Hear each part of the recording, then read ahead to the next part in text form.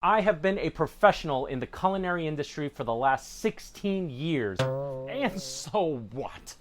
In that time, I've defeated Bobby Flay on Food Network, led the kitchen of Beauty in Essex, New York City, and I've even owned and operated my own restaurants.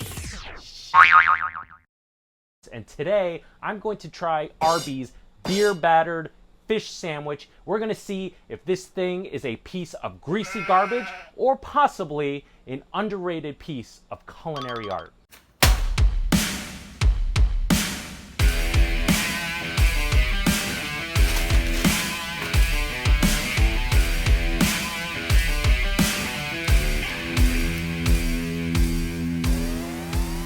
Chef Brian Tsao here, not your typical chef. This is a new segment I call I Tried Whatever So You Don't Have to. Normally in the middle of the afternoon I'll have myself a little snack. I will try to wait till I get home to have that snack so I can cook that food myself. But every once in a while I get a little too busy and I pick up something on the road. I am home now, so I could have waited to make something, but I drove by Arby's. I saw a sign that said new beer battered fish sandwich. A guilty pleasure of mine growing up. Actually, it's not a guilty pleasure because I don't like it anymore.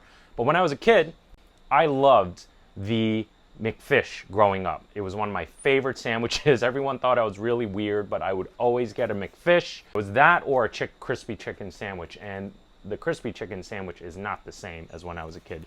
I am going to give a honest criticism about this sandwich. This is coming from 16 years of being a professional in the culinary industry. So I think I'm somewhat qualified to give an educated critique on food. So here we go. Classic clamshell box. I love the presentation right away. It's in this craft brown colored paper. The bun looks great. It's a brioche bun.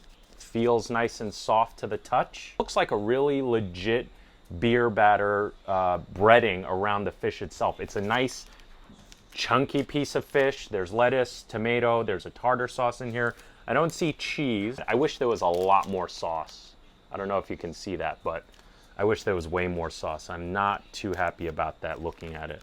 Oh, there's more sauce on the bottom. Okay, I will say this. I bought this about 45 minutes ago, so I do have to give this a little leeway and kind of keep that into consideration. Just touching the breading, I already know it's not crispy. As far as just looking at it visually, it's hitting all the marks that I'm looking for from a beer batter. Beer batter being very different from breading. You know, something like a fried chicken, that would be breading. There's a lot of peaks and valleys as far as the breadcrumb structure. This is a batter, so it evenly pretty evenly coats the product. So you're gonna see a much smoother visual texture to it. Fried fish is typically made with a low activity fish. That is a fish like cod, flounder, where the flesh of the fish is very pale in color. The cooked texture is very tender and flaky. It doesn't need much time for cooking.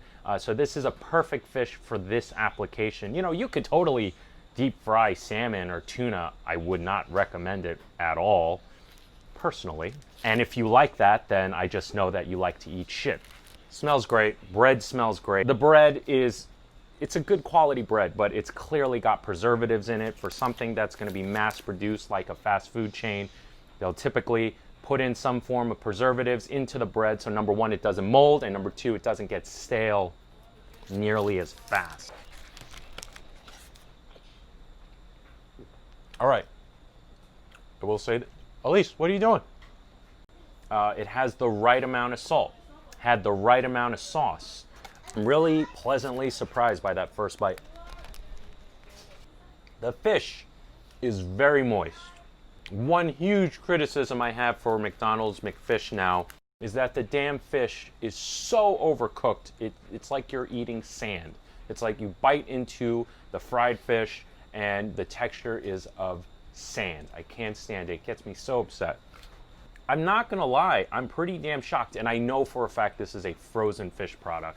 Actually, 90% of fish that you consume, that you get from your local supermarket, I guarantee you is probably frozen. That's a whole nother video. Okay, so I see pickles.